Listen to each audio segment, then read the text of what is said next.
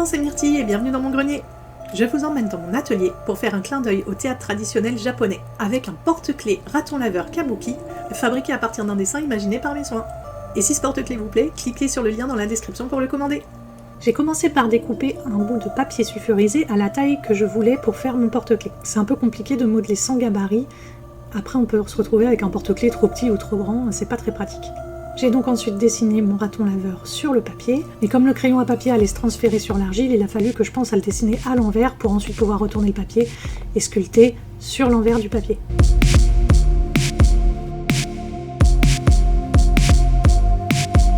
J'aurais pu le modeler dans de l'argile polymère grise, mais j'avais pas envie de peindre seulement une partie du porte-clés. Donc au lieu de faire tout en gris et de peindre seulement les détails, j'ai préféré tout sculpter en blanc et tout peindre ensuite.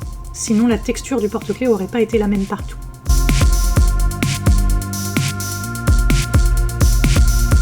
Bon, évidemment, c'est coupé au montage, mais j'ai mis beaucoup de temps à trouver la quantité d'argile adéquate pour la bonne taille de la tête.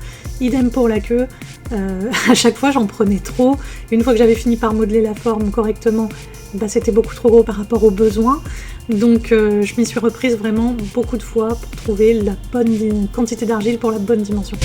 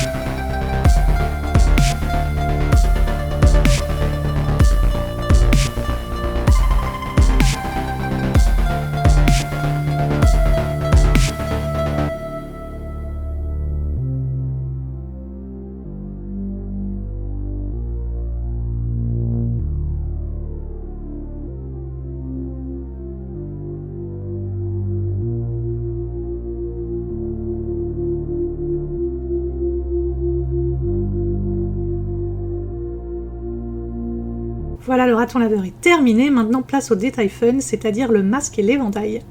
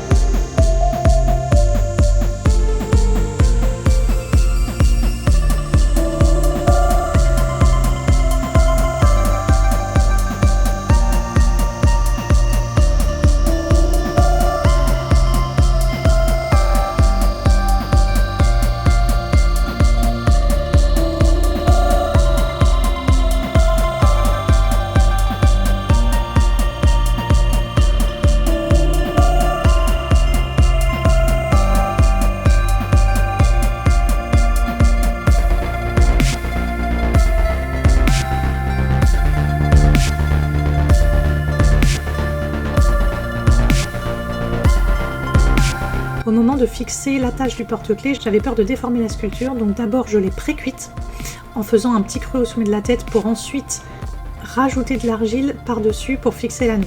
C'est-à-dire que tant que le porte-clés n'était pas cuit, j'ai pris mon anneau et je l'ai un petit peu enfoncé au sommet de la tête pour faire une première fente, un premier emplacement pour l'anneau. Et une fois que le porte-clés était pré-cuit, j'ai tenu l'anneau dans le creux et j'ai rajouté de la pâte par-dessus pour bien le fixer parce que je voulais que le porte-clés soit solide en fait, que l'anneau ne se détache pas du porte-clés au premier emploi. Par contre, c'était très compliqué de rajouter de l'argile pour consolider cette attache parce que l'argile crue n'adhère pas sur l'argile cuite et l'attache du porte-clés est lourde. Donc pareil, j'ai coupé au montage, mais c'était très long de faire cette étape.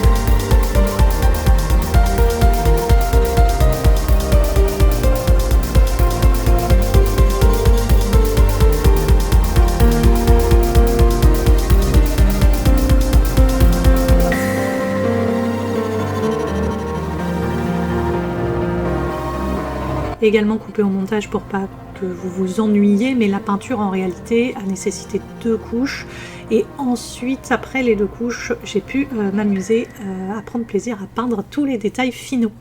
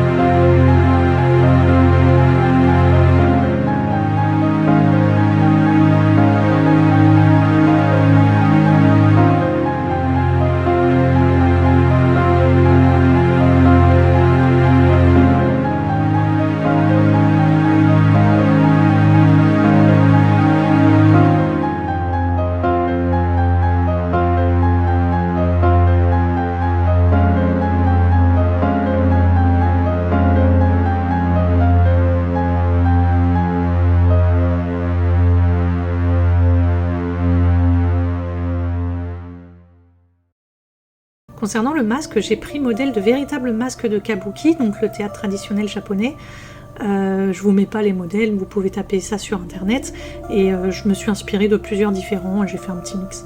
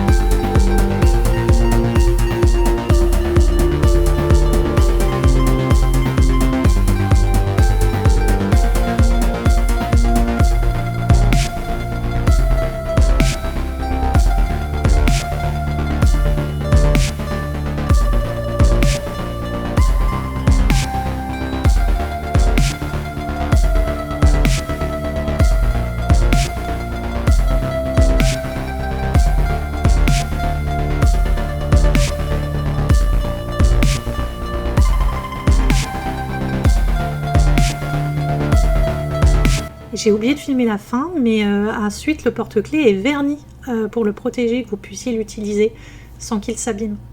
Et voilà, mon petit raton laveur kabuki est terminé.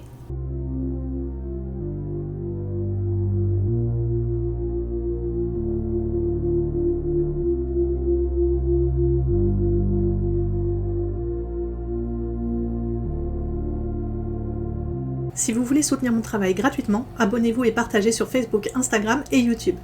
C'est tout simplement le grenier de myrtille partout et ça aide vraiment. Et si vous souhaitez offrir ou vous offrir une de mes créations, leurs descriptifs précis sont dans mes albums photos Facebook.